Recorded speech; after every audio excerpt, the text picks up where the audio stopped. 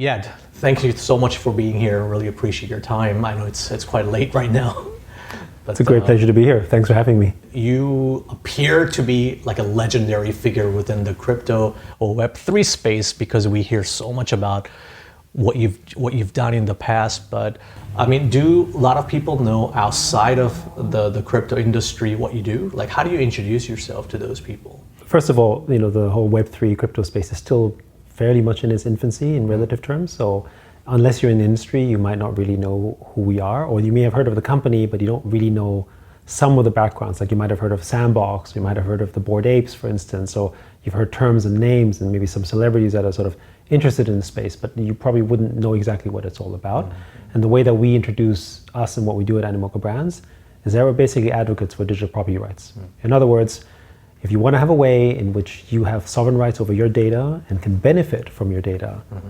then Web3 is a solution for you. Mm-hmm. And we at Animoca Brands are basically trying to push this new future ahead. That's basically our mission. Mm-hmm. When people hear things like the Bored Ape, I mean, I think NFT by now has sort of sipped into that mainstream consciousness. So I think a lot of people have heard of like NFTs. As a term, yes. As a term. Yeah. But people still probably have no idea what it does. To me, NFTs is a little bit like MP3. Mm-hmm. Do you remember when everyone was talking about digital music, but they weren't talking about music, they were talking about MP3? Mm-hmm. And I think NFTs is kind of in a similar vein. Mm-hmm. In the future, we'll talk about our digital assets and we'll talk about our digital identity and things that are important to us, but not in the context necessarily as an NFT. That's a technology that enables it, and that could be a term for, let's call it the subject matter experts. Mm-hmm. But for most of the people, it's basically just going to be your basically digital artifacts, your digital collectibles, your digital art, and things that are really important for you. So we don't think the term NFT in itself is necessarily the most important thing in the future. But it is this intermediary step, right? We needed to go through MP3 before we basically started to get mainstream on digital music, and I think the same is true for tokenization as well as NFTs. Mm. So at this point, from your perspective, where would you say sort of like that level of the understanding by the populace or the mainstream audience, like when they think about these digital assets or crypto, what do you think that people associate this with?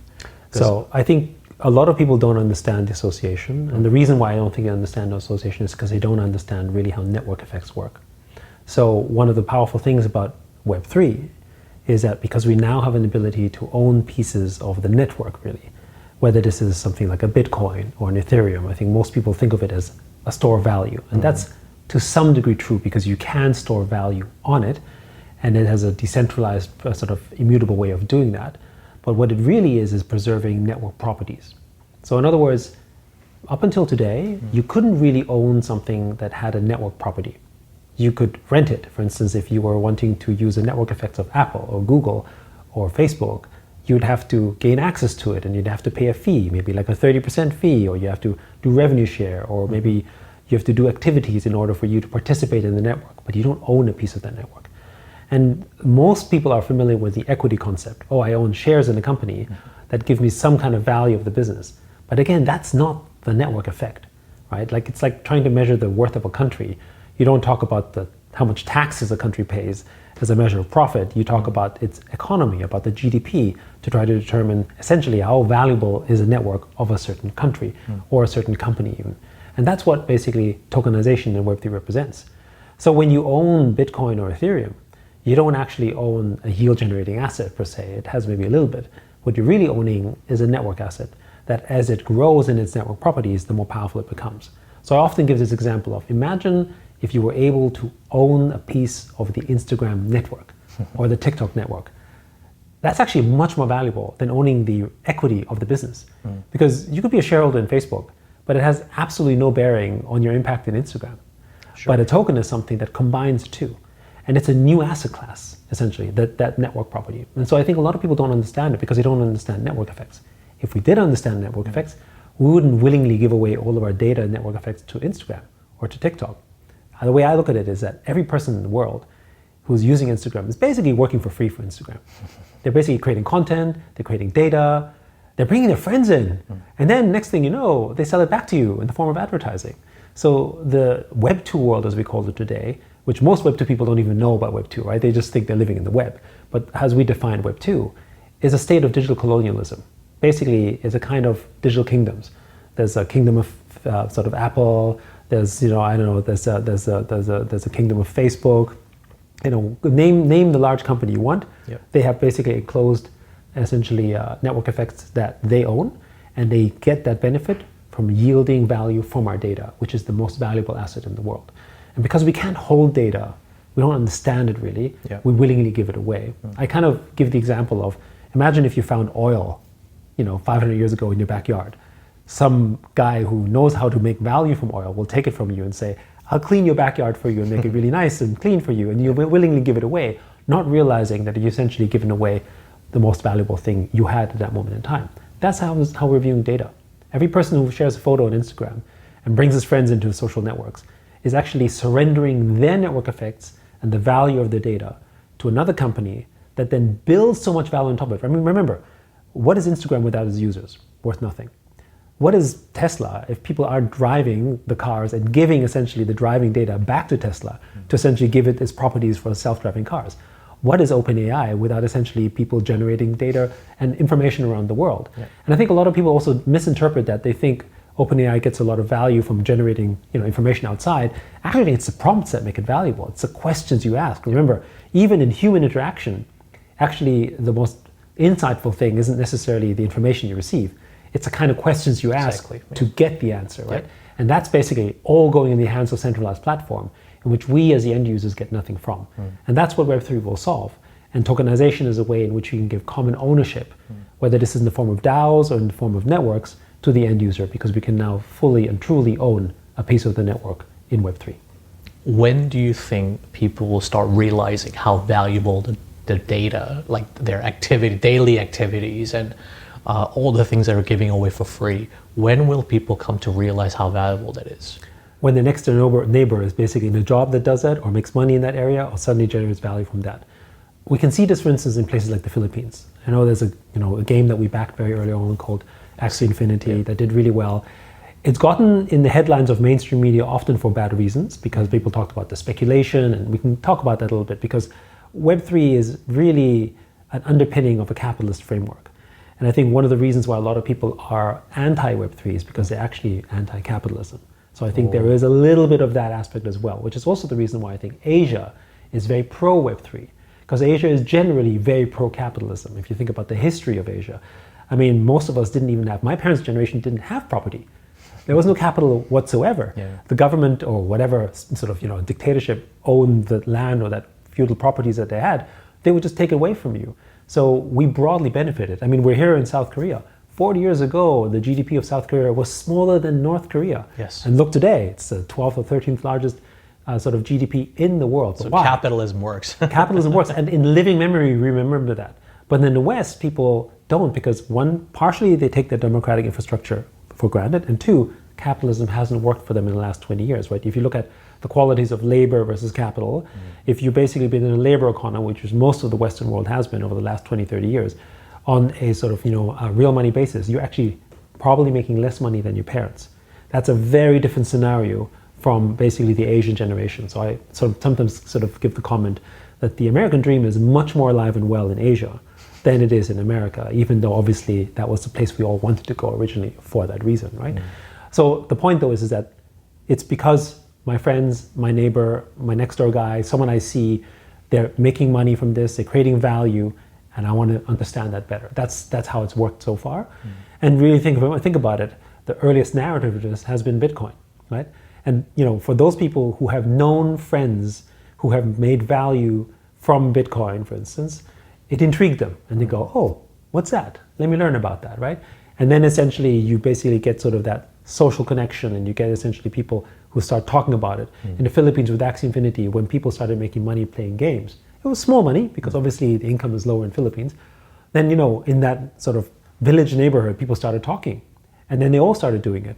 And now you've got a place where in the Philippines, crypto is basically part of the nation's fabric in the sense, right? You can actually have a successful policy or sort of, village mayoral election without actually taking into account the whole sort of crypto narrative. And I would also argue that it's starting to begin in the US. I mean, if you take a look at the political narrative in the US, you have the Republican Party essentially embracing crypto Whether they will succeed or not is a different question, but the point is it's now essentially in the political mainstream as a discussion. So I think it's only a matter of time. I think just in a few years where everyone starts doing it. Remember also that I think Web3 and crypto is generally the currency of the youth. They understand tokenization, maybe not as a system, but intrinsically the digital world is their world. You know, people like me, we're digital immigrants, right? We came in from an analog world and we went into the digital world and we tried to understand it. They were born into this. They play games when they're young. They make their friends online. Yeah. So it makes sense for them to own their life online. It makes sense for them to own their data, their network effects, and through tokenization they can do that. So I actually think this is also generational. Just like how back in the days when people looked at social media, you know, and people in my generation looked at MySpace and Friendster and then eventually Facebook and then said, well, what's that? That's a fad. Well, and look today, right? So again, I think you just have to look at the youth to basically see what the future is like. Right. But then how did you come to be able to foresee, because I mean, for those who don't know, you know, you are probably the most prolific investor in the Web3, especially gaming space. And you talked about Axie Infinity. It's like just hugely popular games that help almost like democratize, but at the same time, I see you as one of those figures who are really trying to take this entire thing from a niche thing to the mainstream. And I think you've been doing a great job at that. You seem to have seen that from a very early age, or at least from the inception of Bitcoin. Is that something you've been dreaming about, or is it like, oh, that's gonna come? Or so, I mean, again, there's also luck and circumstance that come into play. Our moment really came with CryptoKitties and NFTs in 2017. So we weren't really attracted to the space purely because of Bitcoin. The technology was interesting, of course, in terms of decentralization and digital property rights, but we couldn't really see how that at the time extended beyond essentially what appeared to be almost like a currency, almost like gold. I look at Bitcoin kind of like a digital gold, which is of course really important. But with CryptoKitties, we saw what you could do with digital identity and digital ownership of these rare assets that you have an experience online. And we never described NFTs as necessarily having to be valuable in terms of money terms, but valuable to yourself. The example I used to give to people is essentially like wedding rings. Wedding rings in and of itself may not be valuable from the material it's made of, but to the end user who owns that wedding ring, it's special to the people who own it. It also has magical properties almost that are priceless between the community that knows what that is. And that's why we look at certain art or painting or historical artifacts or relics in this type of way, because they speak to our story, to our identity, to who we are. You know, when you look at things like, the Statue of Liberty, for instance, right, or American artifacts or the Constitution, they themselves also represent really valuable aspects about something that makes it priceless, even though it's just basically a piece of paper and someone wrote some stuff on it, right? Yeah. The actual historical meaning behind it is actually much more valuable. And in gaming, we have this with, gaming skins and with basically virtual swords and items. Yep. When you ask our kids, what's the most valuable thing they'd like for Christmas? It's something virtual. It's not something physical. That's their construction of what's important to them, because that's where their social network is. That's where their value is. And we also always, I think, understood that value was virtual from a human perspective, meaning utility is often only a small percentage of why you do it. And essentially social and cultural and symbolic capital are actually the ones that are most important to us. Meaning, you don't buy a Birkin bag, for instance, because you can put stuff in it.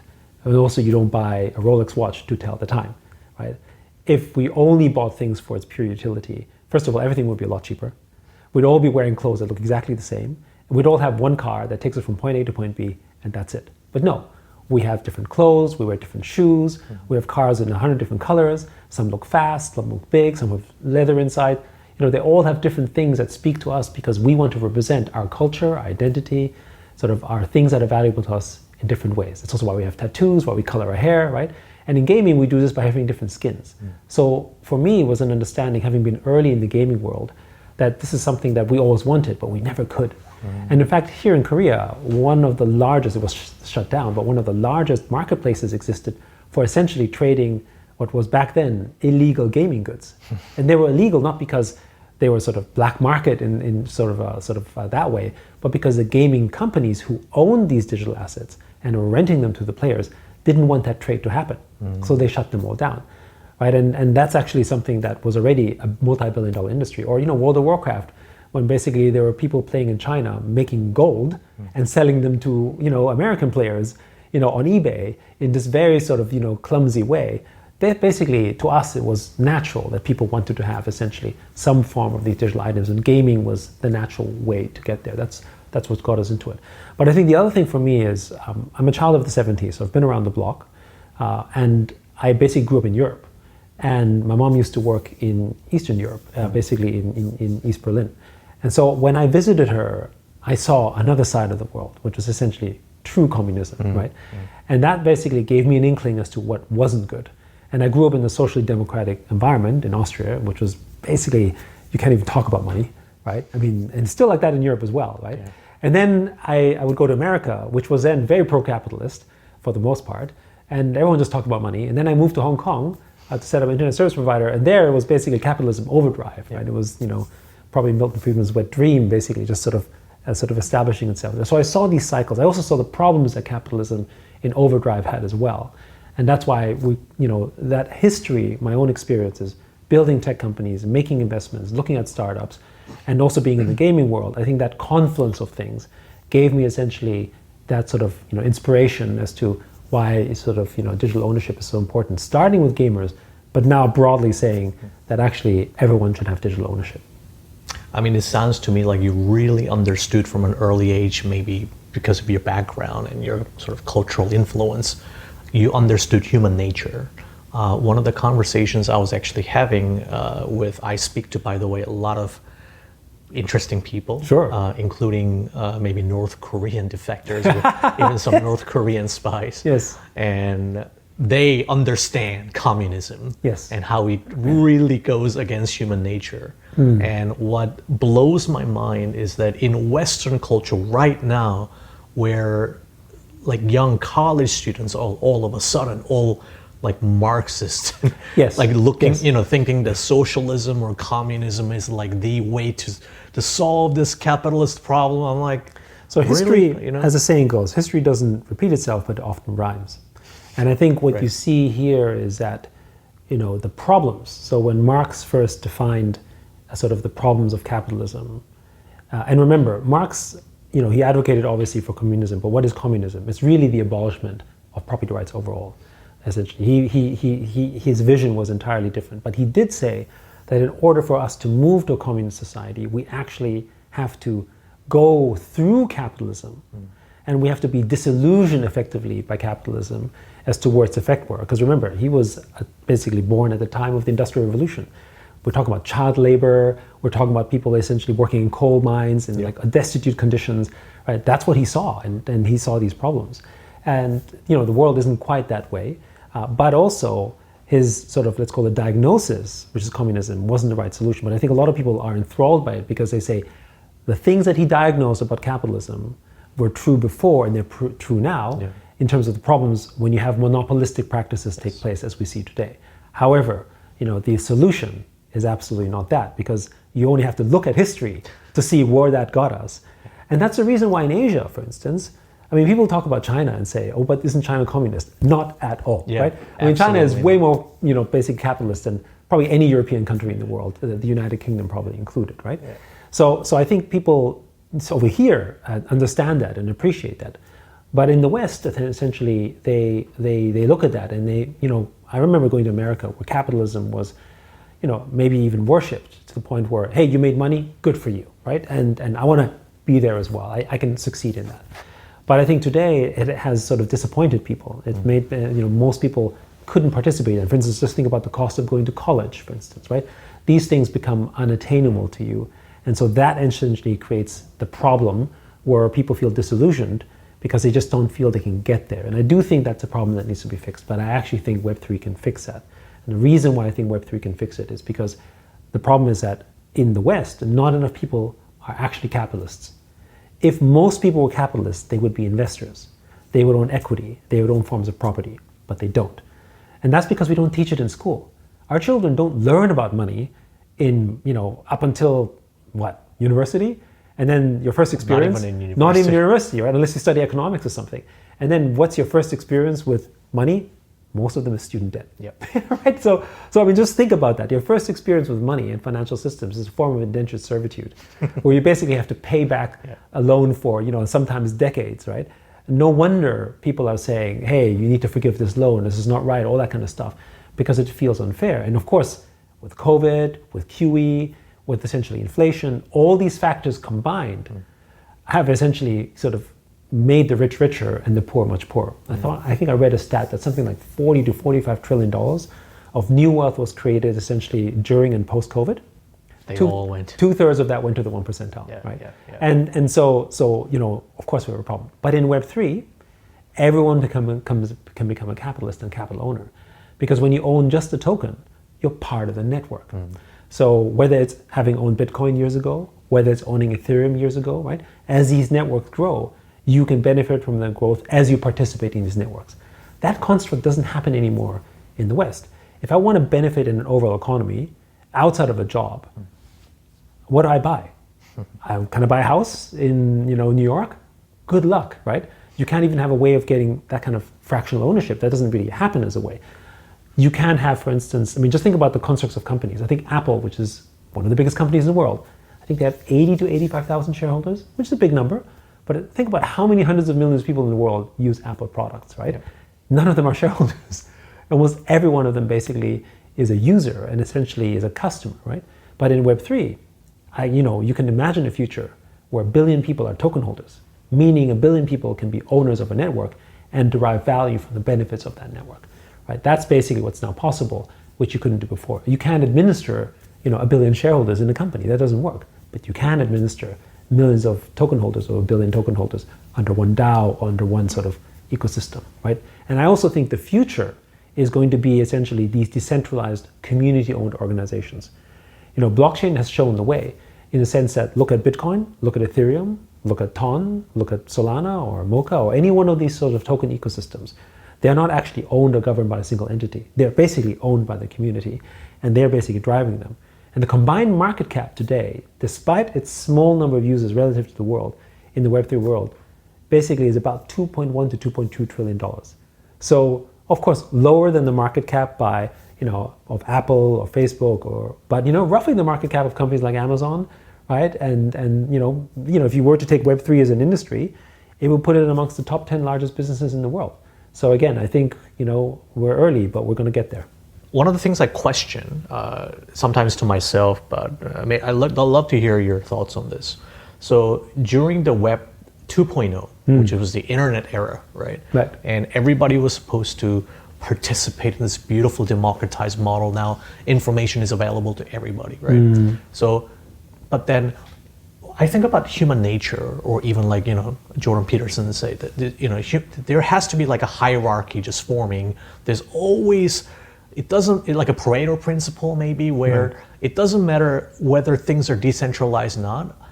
It gets concentrated in the hands of the few at the top, which is why the reason why we have these like a handful of tech companies is because it's almost like a natural evolution of the internet. So how do we know that the Web3 type of decentralization model, the community, it's not going to create another monopoly or like just a few top Web3 companies in the world? Like like Binance or even.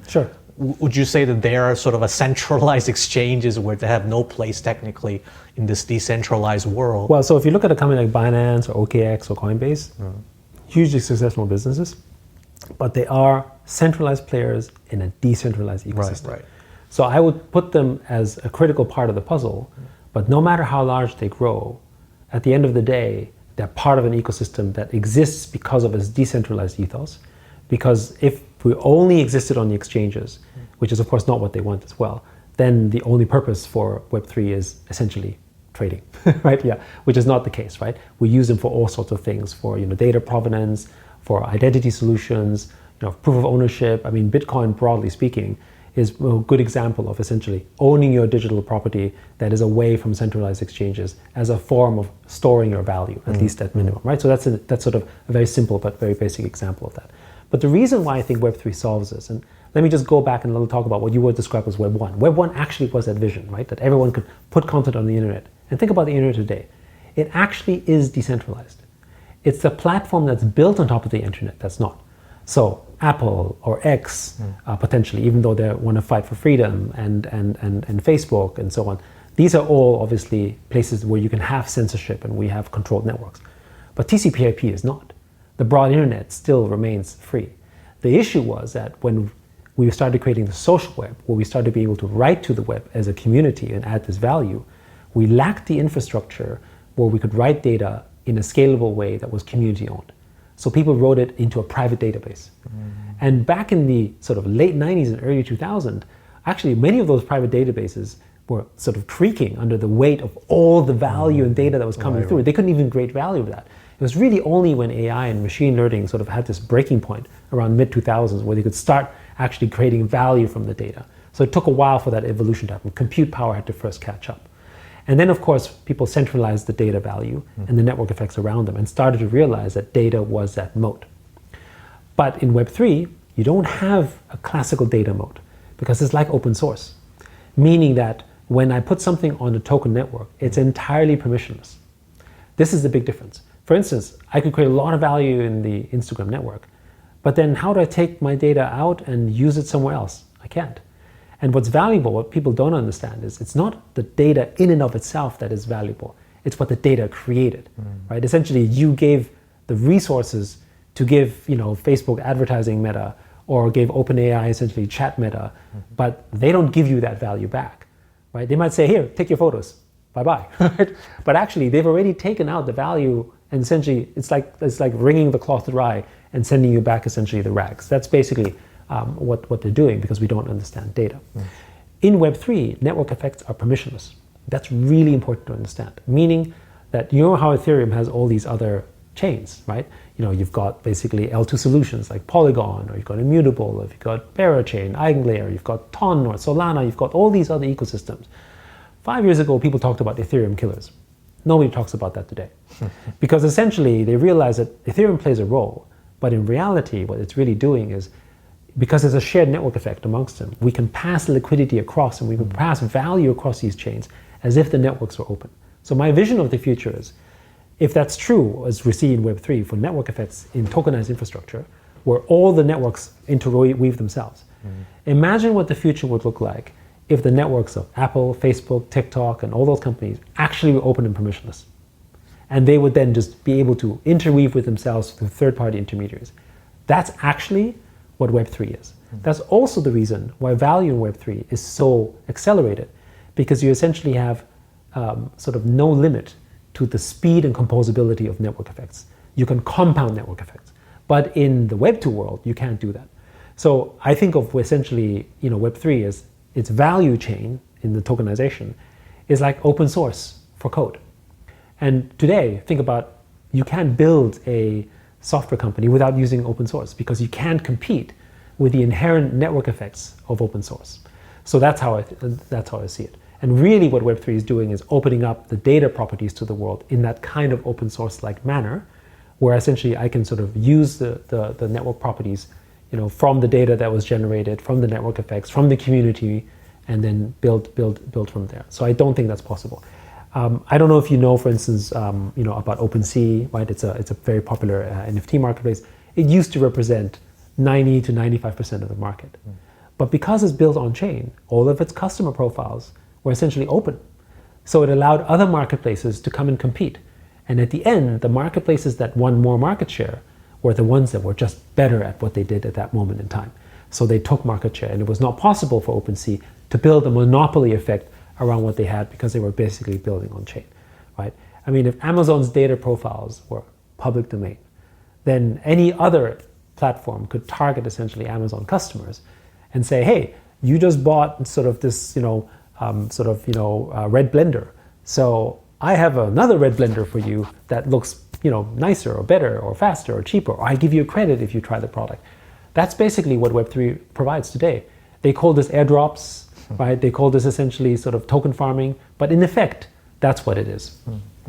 So I totally get where it could take us, where it should be, but I think at this point, the perception of Web3 or NFTs or even OpenSea I think there's a lot of skepticism and distrust by people who may have been, I don't know, cheated, or they lost much, scammed, or Right, sure. like the exchange went down. Yes. So, I think it's very hard to convince those people that it's not as secure and convenient as the Web 2 world yet, Yes. right? Yeah. So I think one of the big problems we have in going from Web 2 to Web 3 is that we've basically outsourced our entire digital security persona to third parties, right? It's like this sort of example of how we've forgotten how to cross the road and to look left and right. It doesn't matter if it's red, because someone is always there to catch us, apparently, right? And that's basically how we navigate essentially the Web 2 world. We just literally click. How many people read the terms of service? Like almost nobody, right? Yeah. When you basically sign into a website, you go in with your Google or Facebook profile, whatever it is, and just click, click, click, click. You have no idea what you're doing. Yeah. Because essentially, in the name of convenience, we've outsourced the security to third parties. So Web3 essentially sort of says that you have to have certain self-custody of your security, which, by the way, I think now we have self-custody providers. For instance, if you have data on Coinbase, I think your data is secure. And I think you'll be able to use Coinbase Wallet in a manner that has both the custody effect, but also the security that's needed. We're evolving into that space. But I think a lot of people, once they understand that self-custody aspect, will ultimately move to a form of self-custody if they can, because that's how they keep things safe, right? Not everyone has a private safe in a bank, for instance, right? Right. But those who attain a certain amount of wealth or a certain type of assets, what do? They buy a safe, right? If you have an expensive painting in your house, do you just leave it open with the doors open, or do you start putting an alarm system, or maybe hire that guard dog, or have a security person? Same thing, right?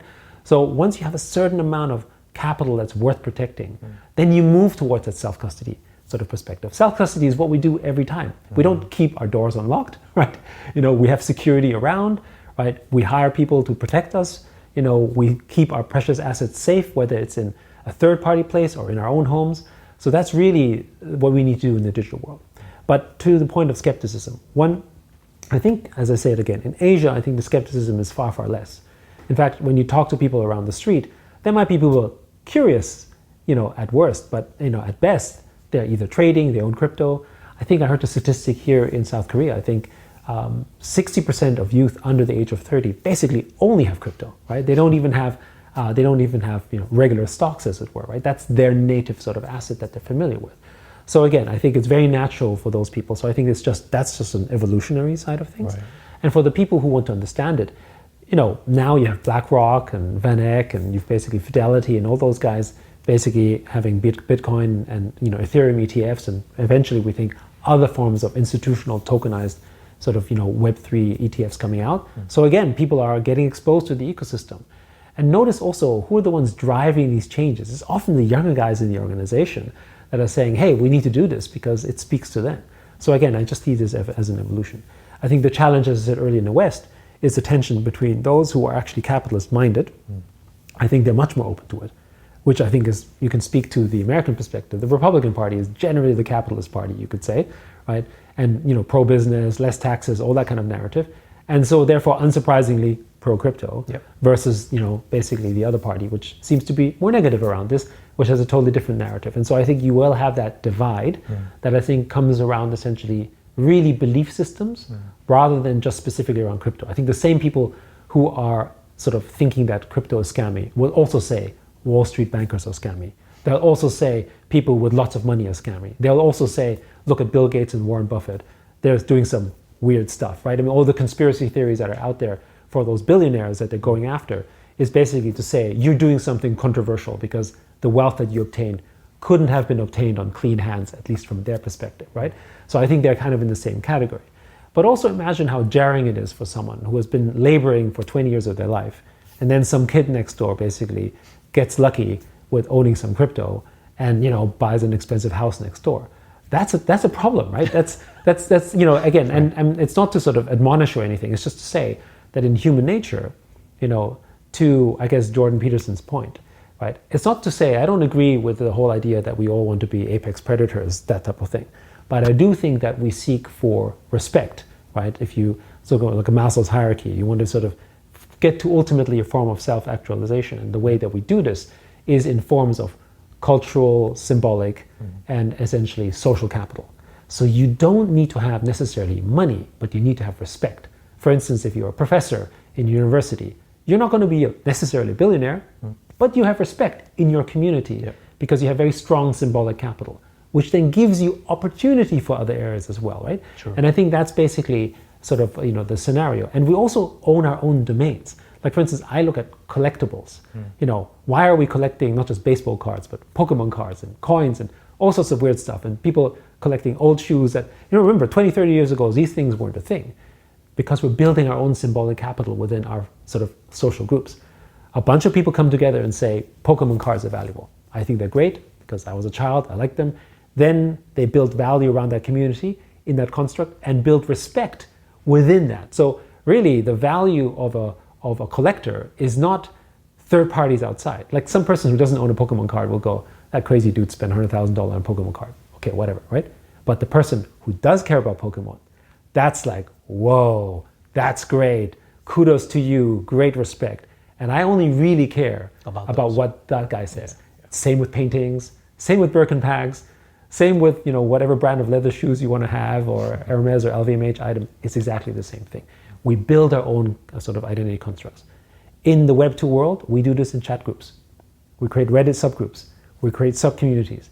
Most of them don't become big. Some of them do become big.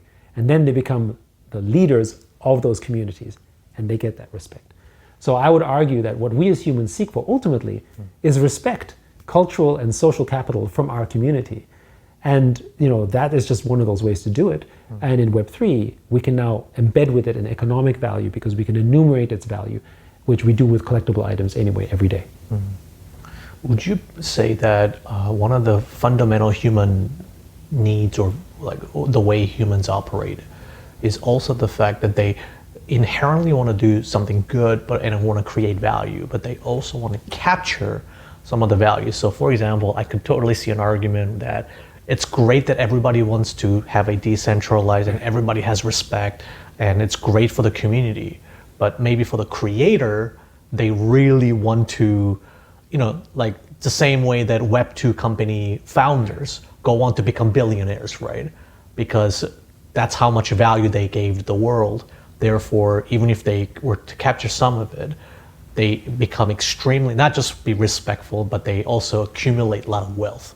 So is that possible or not possible in the Web3 world? It's absolutely possible in Web3. In fact, the whole idea about Web3 is that you have a way in which the value generated flows back to you, right? And that value doesn't have to be one where it gets concentrated only to the few. I think the problem that we've seen in the Web2 world, and in very much old school MBA school of thinking as well, it's created a little bit sort of that dog-eat-dog mentality. In other words, it's a zero-sum game. It's a zero-sum game, yeah. Right? But if you think about, if society, and this is where I believe people are generally broadly more on the social good, as you were saying, is that if society was truly zero-sum, and we're living in this sort of Hobbesian perspective of the world where we need essentially governments to oversee us, which is what the socialist argument is, because inherently we are evil and we are greedy, and therefore we're trying to sort of take away people's stuff. Then as humanity would have self-destructed, I think, a long time ago, right? And you hear these stories at the end, when there is problems around the world, there are charitable acts, there's people who help each other, there's people who sort of, bring food to people, that kind of stuff, right? Politics aside, inherently, humanity survived, not because some king made it so, but because people came together at a time of crisis and helped each other out. That is the human story, through millennia, right? So I think inherently we have proven that when there's crisis, when there's war, when there's some problem, we come together, yes, for survival, but we're not thinking to ourselves, we got to do this so we as a human species can survive. That's not the first thing we think, right? Sure. We think about our loved ones, and we think about our feelings, and we think about what's right? And so I think that's inherently where we sit. So I think I take a more Lockean perspective, which is to say that most of us are actually sort of good-natured human beings. Yeah, we care about social reputation and capturing social value, but ultimately we care about the respect from the community. I mean, if we really just care about money, then why do the billionaires give away a lot of their wealth? Sure. Because essentially they're capturing respect and goodwill, and essentially their legacy, that's what they're thinking about. And that there are a few bad apples in society, which is why you have prison and we have all these sort of institutions to support that. But we don't create a world where we expect most of us to be bad. we create a world where most of us do good things and only a few of them do bad things, and we need to make sure that we can isolate against them. And that's true for crypto. Yes, there's been some really, really bad scammers out there, but broadly speaking, not every person in crypto is a scammer. In fact, 99% of people in crypto are actually good guys. It's just that there's a small percentage that we only talk about in the media around it, right? I mean, when Axie Infinity came back from sort of, what many people wrote off at the time, right. How many people are talking about how people in the Philippines are making a side income playing Axie? Like almost nobody, right? That's not, because it's not a story, it seems, right? But actually that's what's happening, right? And you think about all the, like I sometimes sort of, it's a good exercise when you go back and sort of be grateful for your day, right? If you actually count sort of things that you can count your blessings every day, you'll probably find more blessings in your daily life between, having walked safely across an area, having said hello to your friends, having had a drink with your loved ones. These are small acts, but actually, when you think of them in the scale of things, they're actually valuable small steps that actually make society livable and a blessing. Then actually you probably have many more good things in your life than you have essentially bad things. But we tend to focus on the bad thing because they're actually more scarce, I think, right? So I think as a result, to your point, I think we're generally more good people, and I think crypto will find its way in that sense. We have policy, we have regulation, we've got platforms. Also, the transparency of Web3 makes it harder and harder for people to do scammy things over time, right? Remember, 5-6 years ago, those scammers couldn't get caught, and that's why they were just stealing. And now they get sent to jail. There's, both the FBI and Interpol are better at capturing them. The industry is better at identifying them, right? All these things are there. This we had with the internet as well in the early days. If you remember the Nigerian scammers that are basically sending sort of emails to people around the world saying, I'm some rich oil baron, so I can basically fish value from you, all that type of stuff. We go through these evolutions, but I'm very optimistic that we'll get past that. So for the average person who sees the Web3 evolution as an opportunity, because I think one of the things that I can also point out is you talked about the Maslow's hierarchy of needs, where when you're barely struggling just at the bottom, Sure. and then you have to feed your family, you don't really think that much about the social good. You just gotta, you're just in a survival mode, so you gotta make money. That's why maybe a lot of Filipino people play the Axie Infinity. That's how it started. Game. Yes, yeah, during COVID, exactly. Right. So I think the majority of the population are still going to struggle a lot, and then the wealth gap is just only growing as a result of capitalism, which is of course it's going to give rise to income inequality. But at the same time, for those 90% of the people on the bottom, they have to work to make a bare living, and they're just desperate. They just want to make money. Can they survive in the Web3 world? I think they can, and I think the reason why I say that is that whatever job you do at the moment, you got to put some capital to work somewhere. And to me, essentially, Web3 seems to be the path of the future. We're also not, this is not financial advice, but certainly don't throw in your life savings or do crazy stuff, right? But my point is that we haven't taught enough people around how to invest, how to think about money. And, as a result, we essentially created this massive arbitrage of knowledge where the 1 percentile who are capitalists, who know how to invest or can think about money, are basically taking most of the value because most of the world can't participate in them. And now you've got institutions and setups that actually even make it hard in some countries for people who don't have access to it to even enter those spaces, right? I mean, one of the reasons why the Philippines was such a great breeding ground for this is because those people were unbanked. Yeah.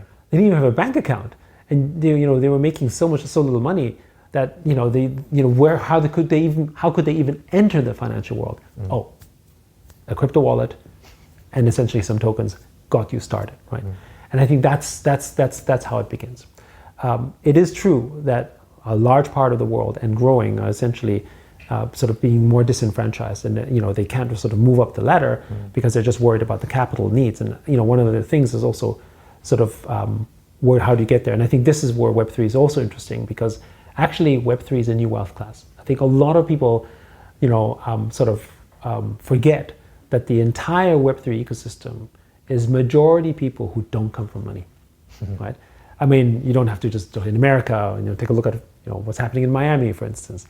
I mean, for a while, that place was not at all the epicenter of American growth, right? You know, it was Silicon Valley. It was essentially what's happening in the Bay Area and San Francisco and Los Angeles and Hollywood and so on. But that narrative has now changed and moved, for instance, in America over to essentially to Miami, which is the fastest growing, essentially, I think, state, and then Florida, and then city as well. Yeah. And that area is embracing capitalism. There's growth in that area, and there's hope and there's opportunity. That capital does not come from the classic forms of capital. It isn't basically Wall Street bankers that said, hey, you know what, found crypto, let's enter that space. Nor is it basically people from Silicon Valley necessarily who are like, hey, you know what, I made some money in my startup, now I'm getting into crypto. There's a percentage of that, but the vast majority are people who come from used to be disenfranchised areas. People forget, for instance, the first NFTs that they bought, whether it be a Bored Ape or whether it's a Mochaverse or whether it's Land and Sandbox, were literally hundreds of dollars, or in some cases tens of dollars, or sometimes entirely free, right? And so even if you look at the prices and you say, oh, it's come down, we're still talking about $30,000 to $40,000 for one of these assets, right? That's life-changing money when you consider that some people bought them for just a couple $100s, right? Those are people who didn't come from wealth, right? And you see these cycles happening all the time.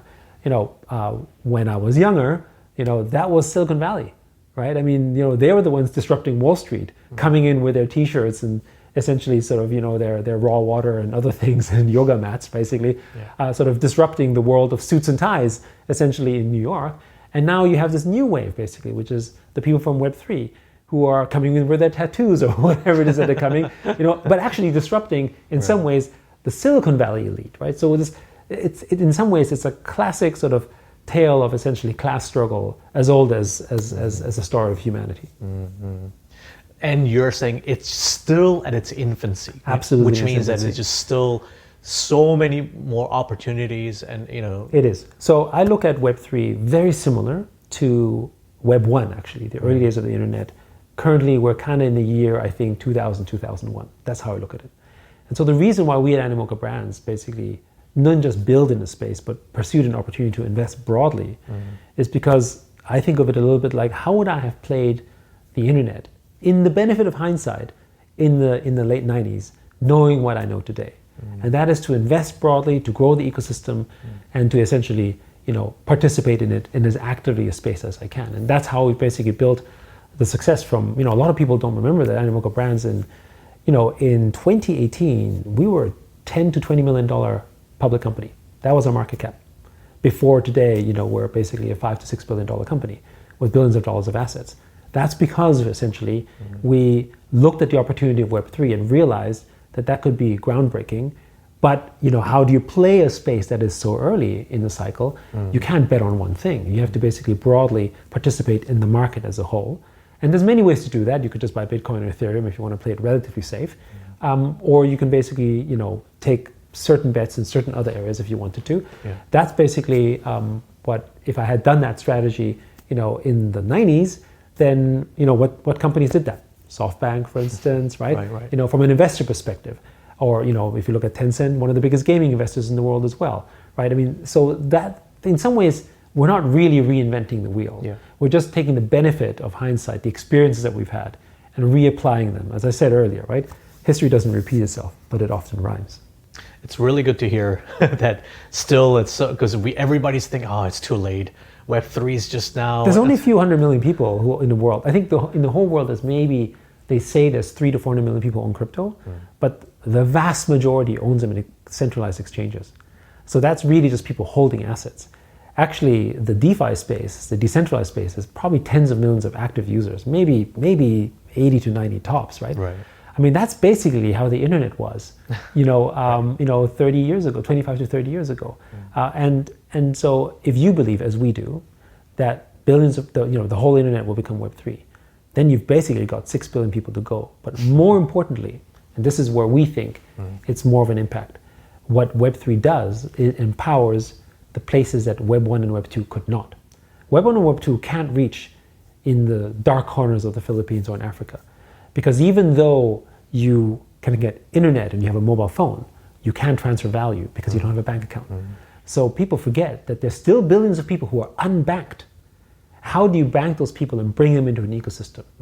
Web3 is the only way. You know, Rome wasn't built in one day, and the same is true in Web3. But the acceleration of the pace is moving really quickly. And the reason why we're so bullish in Web3 gaming is because gamers already understand digital value in many ways.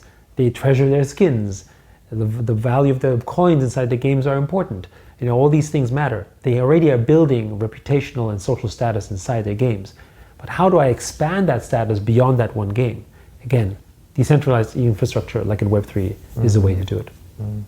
Is there anything that's sort of beyond Web3 gaming? Because obviously for mainstream adoption, gaming is amazing and people play to earn, basically. But that's one element. Although most people play to own, and earning is only one component of ownership. Sure. Yeah. But at the same time, from like our perspective as media, sometimes I really think a lot about, with all this participation, it's great that they get to own the social equity, social brand of, let's say, Asian Boss. But then, wouldn't it be amazing if the output they actually produce by spending all that kind of time, not just playing games or like posting on Instagram or things like that, is that it creates a universally valuable output. It does. That other people could actually benefit from. But they do. So this is the thing that people don't understand, because when they create a photo on Instagram, they don't understand how Facebook or how TikTok, for instance, creates value. In the simplest terms, right now, the value is translated into a form of basically advertising. Yep. What they really are forms of attention economy, right? And the output of that is essentially, I can sell you advertising for a certain amount of value. Yep. So if you contributed towards the network value of an ad that Facebook received millions of dollars a year for, how much do you get paid for it? Nothing, right? The point is, now you can. And also you can track that through blockchain to say, what is that value going forward? And this to us is really, what we describe as a kind of universal ownership or universal basic equity, not income. Because if everyone can own a stake in the intellectual property that they've uploaded or created, then they can get the dividends for it over time. So you're saying that by playing a certain game, they're effectively creating the IP. Well, they're creating network property. Right. I mean, if you, people, the freemium business model is people play a game for free and a small percentage of people pay. That percentage is less than 3%. The average industry mark for freemium, basically free-to-play gaming, is 1.8%. That's how small it is, which drives $100 billion a year. Right? So just to give you a context of that. So then why would a game company say it's okay for essentially more than 90% of the players play entirely for free, wasting bandwidth, taking up network resources? Because they provide the entertainment for the couple of percentage that pay. Imagine going to Fortnite and there's an empty field, there's nobody to shoot. You're not going to pay, right? Sure. It's like going to a chess game and basically there's an empty chessboard and it's just you playing against yourself. Not fun, right? So they are the entertainment, no different than you're the product when you upload photos on Instagram. You're the product when you're playing the game. Yes, it's fun doing it, but actually you're creating all this value. And think about what happens for AI, right? AI is basically taking all this information in the world and essentially outputting it as their own. But who gave them that information? We all did. Yes. We created it without permission. Without permission, right? So again, if I can basically put this on chain, on the blockchain, then I can track my IP. Really, the system that can derive dividend value to 1 million owners around the world is blockchain. So effectively, if I can have a question and have an answer, and that answer derives $1 or $2 or $5 of value, I can split that value out to the sources of information received. So, we think of it in the terms of, our idle time that we're spending online is kind of not worthless. It's worthless. It's actually worth something. But you can take it one step further when you think about sort of the value that AI generates, which we know is, with autonomous agents and with all these AI products out there, it's just going to explode, right? And then how are you able to protect your IP value, not just as a creator? I would argue that Web 2 has made everyone a creator, right? It's not just the person who knows how to draw or the person who knows how to make a game. We're all creators because we're doing creative activity. Whether we do an ingenious move inside a game, whether we solve a tactic inside a game that's better, as entertaining and as frivolous as it might be, that's still a form of ingenuity and creativity that we're doing. When I'm sending photos, how many people take a photo on Instagram and spend time going, what's the angle? And here's the sun. Can you please smile? Do your thing. I mean, that photo isn't just snap. there is work and effort and a creative endeavor that takes place in your head that appeals to some people around the world, if not, in some cases, to millions. I guess where I was getting at with it, not that I'm saying that, and you mentioned the word frivolous or like entertaining. So I take it back. It's extremely valuable that you deserve every portion of that, the network effect that generates. But I guess what I meant was that ultimately for gaming and entertainment, for entertainment, it's got that, to borrow JP's word, like not a very long half-life, right? In terms of it's entertainment that just dies quickly. It doesn't have that long-lasting impact on humanity, let's say, so to speak. Where other people might, 100 years from now, it's like, oh, that's the move that you did in a game. Whereas, like, from almost like a humanity perspective, could it, like, so for example, journalism or like news reporting, or if we can empower, for example, our Asian Boss viewers and fans and community members to, dig out like a really interesting, valuable story that we could curate into the news. In other words, it's way better than what people see on CNN, BBC, Fox, and it's like that real, hopefully positive piece of like information, a story that everybody's like, wow, So- that's really interesting. So first, I would say that I know what you're saying, but I broadly disagree with it. And the reason why is I think we as humans, first of all, we're narrative creatures. So we live on stories. I agree. Right? Everything we do, we live on stories. I mean, money is a story. It's a fiction. Government, politics. Democracy. It's all memes, right? Well, essentially, there's a mimetic to it, right? Yeah. And there are things that we are drawn to because it appeals to our nature. And so entertainment is a big part of that storytelling.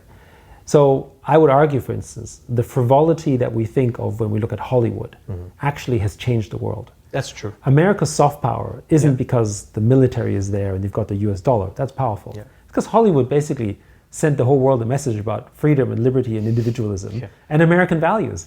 And now every young person around the world is thinking about individualism and freedom and liberty, which for some countries is a nightmare. But that actually isn't really the value systems of those countries and of the culture as they were building, right? It came from entertainment. It came from these stories.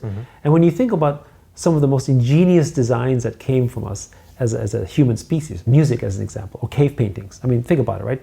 You just barely manage to sort of, make food from hunting whatever you do. And then what do you do spending your time on? Maybe you call it a form of, cave journalism by drawing. But the point is, you're telling a story. That's entertainment. I would argue that news is entertainment as well. What you're doing is important and it's informative, right? But it is also entertaining, right? I mean, you can go to a classroom lecture that is not entertaining and you basically fall asleep. Doesn't matter how great the content is, but when you create a good story around it, it does it. And look, gaming is a great example. It's virtual entertainment, but if it wasn't for that virtual entertainment, there would be no NVIDIA. And look at NVIDIA today. Basically, we have GPUs, we have curved screens, we have funky keyboards and all sorts of technological innovation. But why? Because billions of people in the world desire to play games in the best possible way. And now that powers AI, compute, mining, and the kind of research that wouldn't have been possible. It wasn't a big enterprise like IBM that built incredibly big computers to do that compute. It was a mass population of people playing games that essentially made the world's biggest sort of GPU company. Hard to argue with that, and I do definitely think that there's a lot of that, because these days people just dismiss, especially the older generation. It's like there's no utility in it. Just people playing games is a waste of time. But I actually think that's fairly hypocritical. It's just that their games were different. That generation played chess, they watched football, right? They watched sports. Those are games of a different type. And again, it created narratives and storytelling that innovated in their time as well. I mean, in the original days, people were doing sports, so you basically have a way in which you can build military power and sort of stronger, younger populations and so on. So they served a kind of purpose in a different way. Entertainment has taken different shapes and forms, that's true. But I think the older generation needs to recognize that the future is always with the youth and not with the older generation. Where do you see right now the Web3, like in the immediate future? Like, what do you see? Like, do you see a form of NFT sort of making a comeback, or is there something that's like on the horizon that's gonna, like, maybe after the election or something in the U.S.? I mean, so I think there's macro and there's micro factors. So on the macro, obviously, I think the whole world is looking at the US election as a way to see where's the US going to go. Because really, the US has been the one major country in the world that has been most difficult, relatively speaking, to other nations. Like Hong Kong has been very forward on Web3. Obviously, the Middle East, Dubai, and even what's happening in Saudi with NEOM and a partnership opening up a Web3 hub there. Like, those regions are all opening up. I mean, even Europe, essentially, with MICA, has regulatory frameworks around essentially crypto and digital assets that the US doesn't have at this moment in time, right? So there's a lot of unclarity around that, but I do believe that if you take a look at some of the recent sort of blockchain-related sort of Senate and House votings have taken place, it does show that the sort of the tides are shifting. The only thing is, depending who wins, it may move faster than maybe expected, or slower. So that's the macro. But I think the other macro is institutionalization. So Bitcoin ETFs, Ethereum ETFs are not just happening in the US, but now all over the world it's coming. And I do expect in the near to midterm future, there's going to be a lot more different tokens that basically become institutionalized through ETFs or ETPs that essentially are available for more sort of mass sort of institutional investor or even retail consumption. So there'll be that element that's going to grow the space. So I'm broadly bullish. Right, I mean, 1 year ago, the entire crypto market cap was about $1 trillion, and today it's about 2.2 trillion, right? So, that's not bad, 100% growth rate roughly over a 12-month period. So I think, again, that'll continue to increase over time. And on the sort of more micro side of things, all the portfolio companies that not just us, but every other investor has invested in the space are all coming to market, right? I mean, these things take time. We ourselves made over 160 gaming investments, and they're all coming out in the next 12 to 18 months. We've done ourselves over 540 investments as a whole, but there's many other companies that have done hundreds of investments of their own, or whatever number they've done. You will have a flurry of amazingly new products that are going to be launching out, just like we had in the early days of the internet, and some of them are going to knock it out of the park and really change the world. And we really expect that. This is going to be in social areas. We very much are believers in our own project called the Mochaverse, which is digital identity and social reputation. I mean, think about how we care about our social reputation online. That's something that we can't really monetize properly. Again, in Web3, we can do that, for instance. That's one of the products. Education is another big area, with Open Campus that we're trying to sort of put forward. So these are all themes and narratives that we think are really going to be important, and I think are going to help bring more people sort of on board. But I think the ticket on that is people have to see value, right?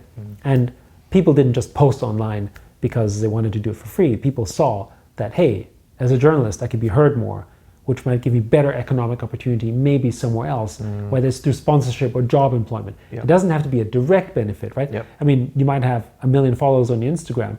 That doesn't pay you much from Instagram, but it might give you an opportunity by, if you're a travel blogger, for a free hotel night or something like that, because you can reach an audience. That type of value and benefit will be understood when you enter Web3 and then people enter the space. But we are going through an early stage right now. And I said, it's like, 2000, 2001.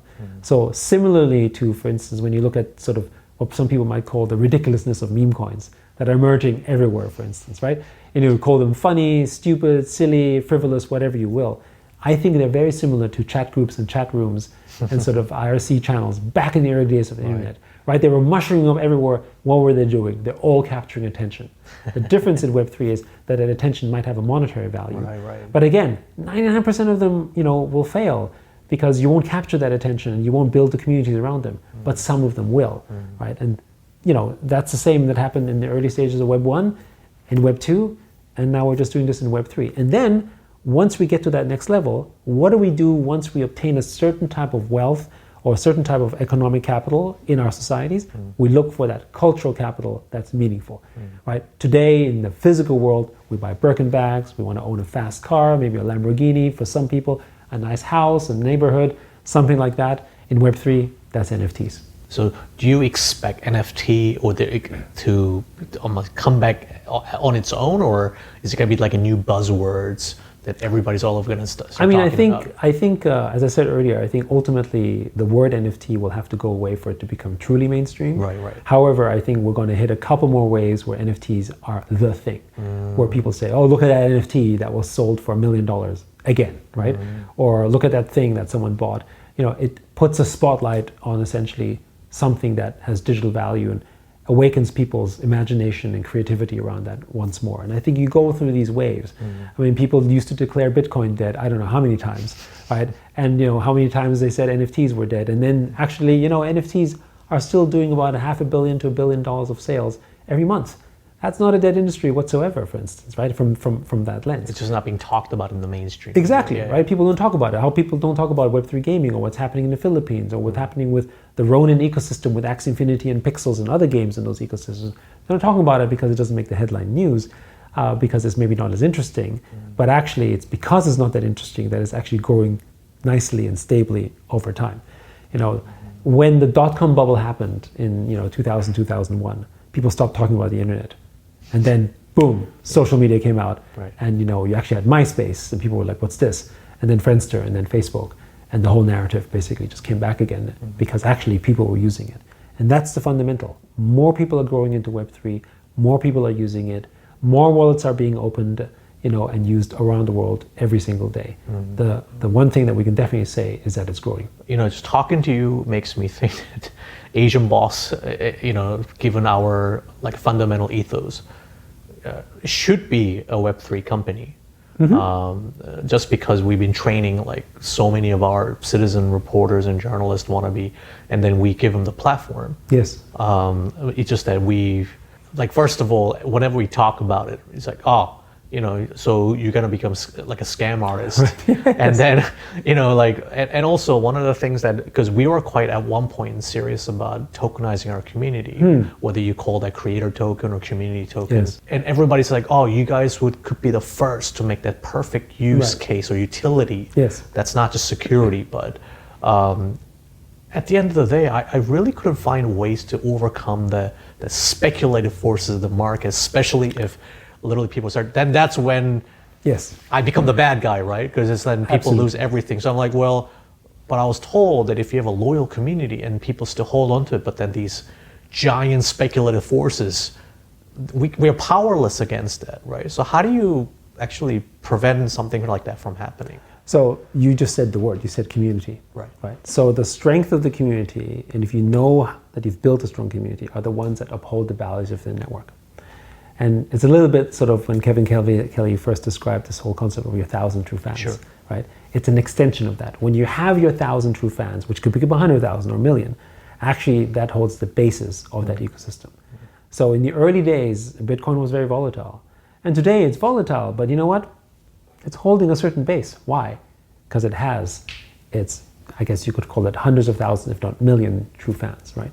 And so this is where I think the volatility question comes in. Yes, speculative forces come in, but if the speculative forces come in the way that they do, and your base is not that loyal, is not as strong a community as maybe you thought it was, then essentially you could fall prey to that. And this, by the way, I think is a feature of capitalism. And I think this is something that a lot of people fight against because they think that's bad, but in reality, that's the nature of capitalism. You're either capitalist or you're not. And that, if you were to take the number of people that were hired and fired every single day in America, that chart would look wild, right? It would look like this. Yes. If you think about the number of companies that close and shut down every week, it would look like this. But it's a 2 to 3% average over the year. That's what we see. I see. Right? But in reality, it's choppy as hell, right?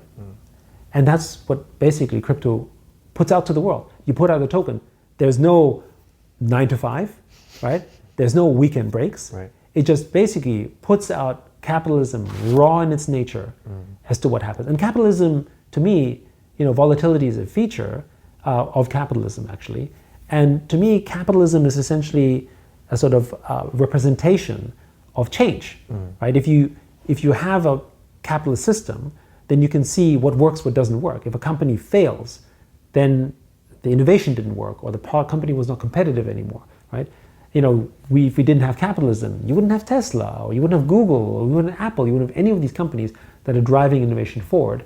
precisely because they're agents of radical change, right? So I think it's really. And if you seek for disruptive and radical change, then how can you say you don't want volatility either?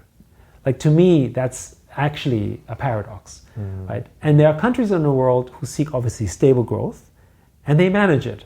And those are called socialist countries, right? That are managing it a certain way. But these are also the places that have the lower form of innovation. I mean, I'm sorry, but what major innovations have we seen in Europe over the last 20, 30 years? And I grew up in Europe. Not much. I grew up in Europe, and it was tough. And it's sad to see a country that has great universities, great education, all these things, but ultimately, end of the day, its strong, stable framework actually has held back the disruptive changes, because disruption was dangerous in their mindset. You know, look at Asia, for instance. I mean, you look at a place like Japan, you know, second largest GDP for a long time, right? How much innovation and disruptive change came from that country relative to its population? Very small. Very small, right? And again, because they don't really want instability, which is understood, right? But we don't mean instability like the country collapsing. We're talking about sort of volatility for companies emerging and growing and all that kind of stuff. That's basically sort of the nature of capitalism. Whereas the kind of places that have embraced capitalism have had turbulent times, but they've seen massive growth from where they are. So I think they are actually related to each other. I don't think, you know, and by the way, I think critics of capitalism will say that capitalism is incredibly volatile, which I think is correct, but they view it as meant to be that way, and they understand it that way, and they think that's dangerous. And I'm not going to argue with them whether they think it's good or bad, because obviously, but it is part of it. If you're a capitalist, then you actually embrace a form of change and therefore volatility. And look, I think of it very similar to nation states as well, right? If you have a strong sense in a nation state that's translated as patriotism or nationalism, whatever you want to call it. If you have a love for your country, you won't leave it, right? and there you're just there for it, for thick or thin, and you believe in it, and that's the stable foundation. And that, by the way, is, I think, one of the most amazing foundations of, you know, America and the American dream. You know, our generation of, certainly, you know, my parents' generation, the one place we all wanted to go to was America, right? Because it had that opportunity. It was a land of hope and opportunity, and provided for that. And because it had that stable framework, and remember, all the countries that we all left as quickly as we could were not so stable. There were problems because essentially, you know, we couldn't stay there. We felt unstable. These were not places that we wanted to be in. And again, provide the environment where people feel that is sort of that security, that you feel safe in your community, will essentially provide that stability, I would say. So again, if your community abandons you, which is very what happens to token projects, right? The tokens that go to zero is because the community entirely abandoned them. And by the way, they may be abandoned for all the right reasons, right? just like how, you know, bad dictator in a country, bad person running a company, bad team behind a token. I mean, they're all kind of related. I don't think it's that different. How long do you think this will take in terms of that full adoption? Because you just have such a sound grasp of the Web 1 history, Web 2. So, like, how many years do you see I think this playing out? I think in the next 3 to 5 years, we'll hit escape velocity. In fact, you know, and I think one of the main reasons we're seeing this right now is distribution vectors have typically been locked in Web3. Like Apple and Facebook have not really allowed Web3 products to really thrive or even exist on their platform. But, you know, you've probably seen all the controversy around Telegram, right? Yes, I mean, that's another topic. Yeah. But they have the TON blockchain, which essentially sits as essentially the decentralized ecosystem leveraging the Telegram ecosystem. And they've been opening up their network to their users. And these platforms are growing tens of millions of users essentially in Web3. So our own Gamey, which is an online gaming platform, is a video gaming platform, right? Not related to gambling. You know, on the TON ecosystem and on Telegram, now has 90 million users and something like 4 million daily active users. That is an astounding number in Web3, but even for Web2. That was not possible 6 months ago, right? So these things have all started to evolve and change. But because Telegram is not popular in America, most Americans don't use it because it's still a WhatsApp society. So they don't realize what's happening. But it is happening in Asia, it's happening in the Middle East. So it's in Asia, this is actually where it's actually happening this fastest. Exactly, because Telegram is popular in certain parts of Southeast Asia and Asia broadly, and of course Middle East and Africa and sort of, you know, MENA region. That's where we see accelerated growth. Because you can't do this on WhatsApp, but you can do it on Telegram. And you see the explosion of that happening, right in front of our eyes. Will the governments, especially governments around Asia, like China, they just ban things, do they let this happen?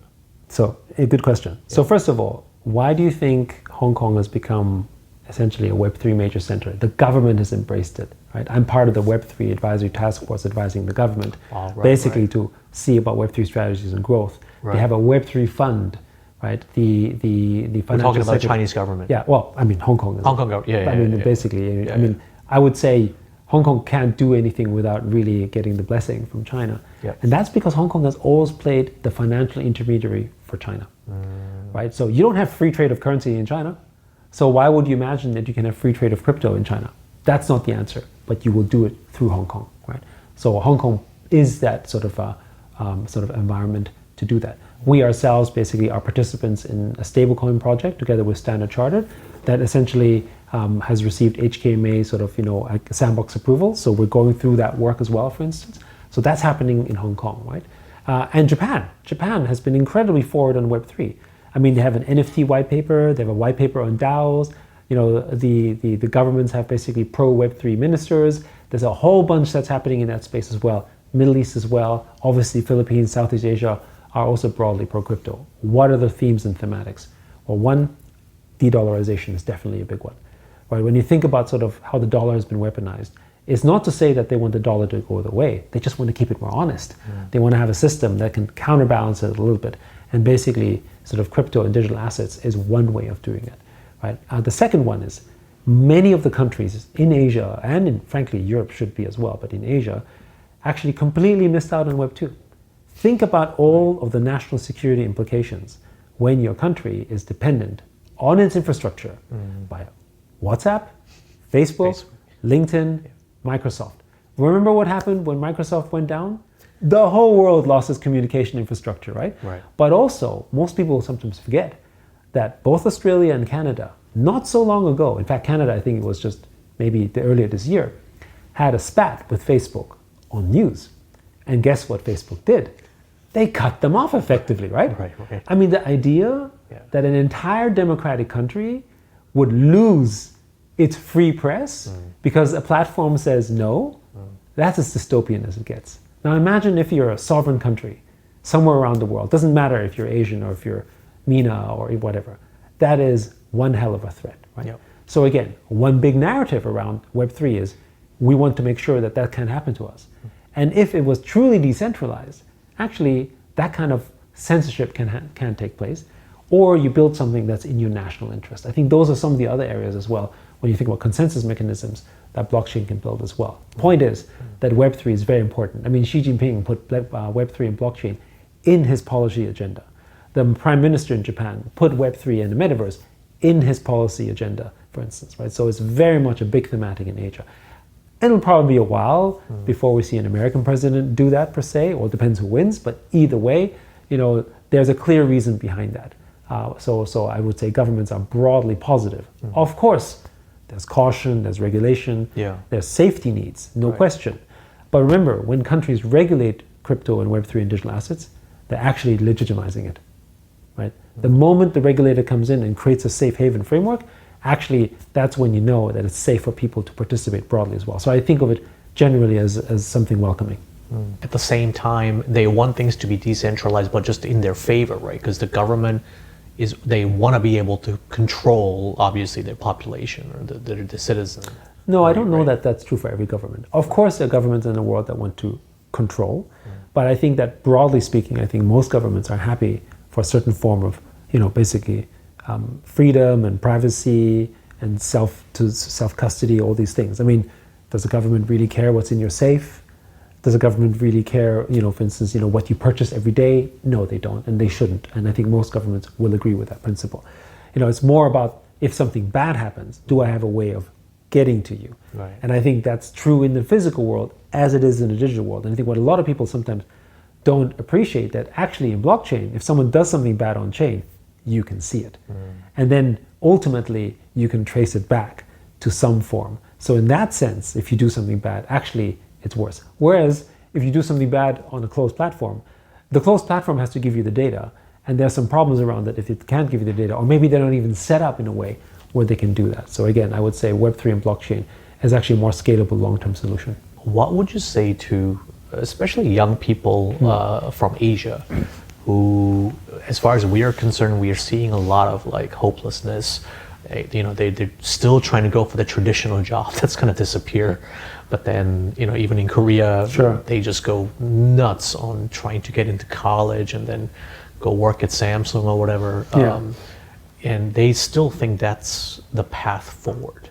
Right? So, it's extremely competitive. There's zero dream, vision, wanting to do something different, but it's just following the rest of what other people are doing. Right. So, first of all, I would say that we don't teach enough divergent thinking to our youth, and I think that's a problem about education broadly. So when you want to follow a path that's been established for you, a large part has to do with the way you've been effectively institutionalized, at a young age. I do think parents play a really critical role in this. I think schooling needs to change. That's what we're trying to do, open campus, but it's not something that can happen overnight, right? So I think, who has the biggest interest at heart for their children is actually parents. So if we can make parents' vision a little broader and say, hey, okay, you can go for your classic approach, but maybe you leave a little bit of room for something a little bit more divergent and creative and different.